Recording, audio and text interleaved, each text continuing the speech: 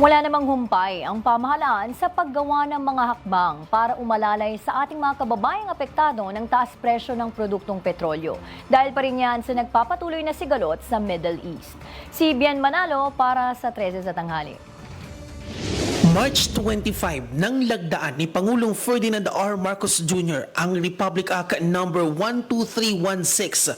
Ito ang magbibigay sa kanya ng emergency power na suspindihin o tapyasan ang excise tax sa produktong petrolyo. Tugon ito para maibsan ang hirap na dinaranas ng ating mga kababayan dahil pa rin sa nagpapatuloy na sigalot sa Middle East. Sa bisa ng Executive Order No. 110, idineklara ng Pangulo ang State of National Energy Emergency. Ipinag-utos na rin ang pagpapatupad ng UPLIFT o Unified Package for Livelihoods, Industry, Food and Transport para tiyaking sapat at matatag ang supply ng enerhiya, tuloy-tuloy ang serbisyo at suporta sa mga apektadong sektor. Binubuo ito ng ilang concerned government agencies kabilang na ang Department of Energy, DSWD at Department of Agriculture. At ang punong ehekutibo ang tatayo bilang chairman ng committee. Nauna nang tiniyak ni House Speaker Faustino Bojedi III na handa silang sumuporta sa mga hakbang ng gobyerno.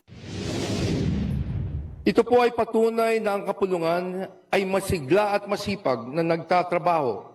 It is clear that through collective efforts, the members of this chamber are ready and willing to pass the laws and provide the funds for the programs necessary to address the needs of our countrymen.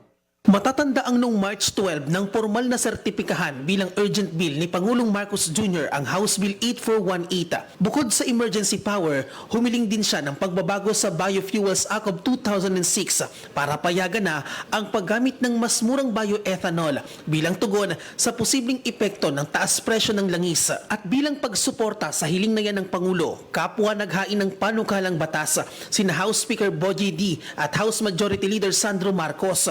Ito ang House Bill No. 8292. Inatasan din ni House Speaker Boji D. ang mga mambabatas na pabilisin ang pagpapasa ng mga panukalang batas na makatutulong para maibsan ang taas presyo sa krudo.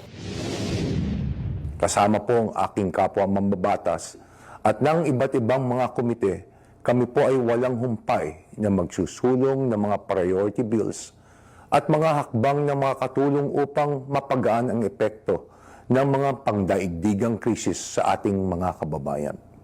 March 10 nang aprubahan sa pagdinigan ng House Committee on Ways and Means ang panukalang magbibigay ng emergency powers sa Pangulo sa pansamantalang pagsuspinde o pagbawas sa excise tax.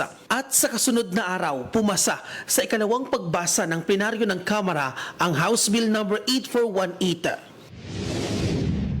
I hope that you guys do your work relative to making sure that whatever we pass here and whatever the President wants to do, despite the revenue loss, na merong benepisyong matatanggap buong buo ang ating mga mamamayan. There is a motion to adjourn. Hearing no objection, the motion is approved. Samantala, mababatid na dumating na kahapon ang unang shipment ng mahigit 22 milyong litro ng diesel na inangkat ng DOE sa ilalim yan ng Emergency Energy Security Program ng Executive Order No. 110. Para sa totoong balita sa Bagong Pilipinas, Bian Manalo, 13 tanghali ng Congress TV.